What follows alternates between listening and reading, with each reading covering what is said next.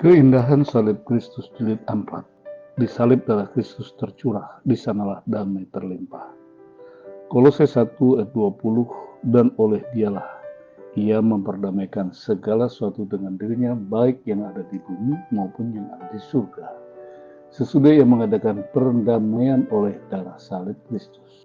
Ketika terjadi konflik yang hebat antara dua pihak yang saling bermusuhan, peran seorang penengah atau juru damai sangatlah dibutuhkan. Namun jikalau yang bermusuhan itu adalah Allah dengan manusia, maka siapakah yang pantas atau memadai untuk menjadi penengahnya? Siapakah yang layak untuk menjadi juru damai? Siapakah dari antara kita yang tidak berdosa atau tidak najis di hadapannya sehingga layak tampil menjadi pengantar? Sejujurnya tidak seorang pun. 3 pokok renungan. Salib Kristus adalah usaha terbaik Bapa bagi kita. Dosa telah membuat kita menjadi musuh Allah. Kolose 1:21, juga kamu yang dahulu hidup jauh dari Allah dan memusuhinya dalam hati dan pikiran seperti yang nyata dari perbuatanmu yang jahat. Dan dosa yang telah mengubah kita menjadi pribadi yang jahat. Roma 1:7 ayat 18. Sebab aku tahu bahwa dalam aku, yaitu dalam aku sebagai manusia, tidak ada sesuatu yang baik. Sebab kehendak memang ada dalam aku, tapi bukan hal berbuat apa yang baik. Kejahatan kita mendatangkan murka Allah atas kita. Efesus 2 ayat yang ketiga. Itulah sebabnya kita harus diperdamaikan dengan Allah.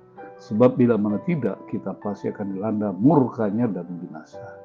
Kita membutuhkan Kristus untuk memperdamaikan kita dengan Allah.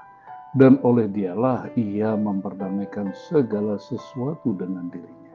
Kata memperdamaikan diterjemahkan dari kata apokatalaksai, yang artinya adalah sebuah bentuk upaya dan perjuangan untuk mengembalikan keadaan yang harmonis sebagaimana yang seharusnya, yaitu mengembalikan kedamaian seperti yang telah terjadi sebelumnya.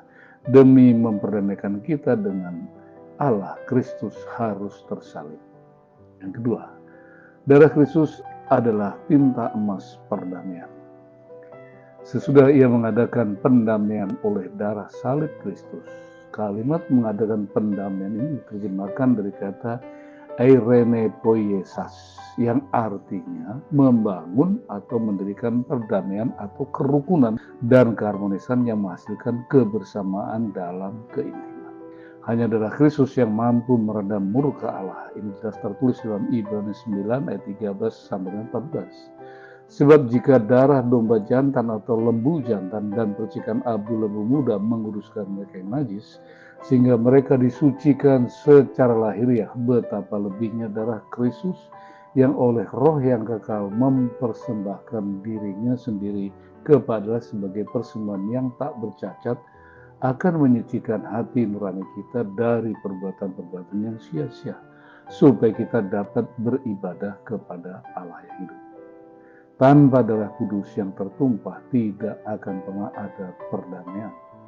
Ibrani 9 ayat 22 dengan jelas mengatakan, dan hampir segala sesuatu disucikan menurut hukum Taurat dengan darah. Tanpa penumpahan darah tidak akan ada pengampunan. Pokok renungan yang ketiga, darah kudus mengalir dari salib adalah bukti kasih yang sejati.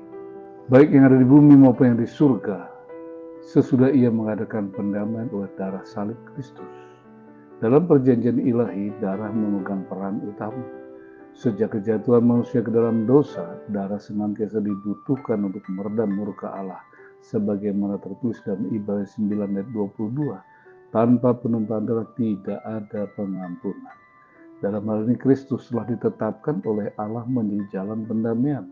Roma 3 ayat 25, Kristus telah ditentukan Allah menjadi jalan pendamaian karena iman dalam darahnya. Hal ini dibuatnya untuk menunjukkan keadilannya, karena ia telah membiarkan dosa-dosa yang telah terjadi dahulu pada masa kesabarannya.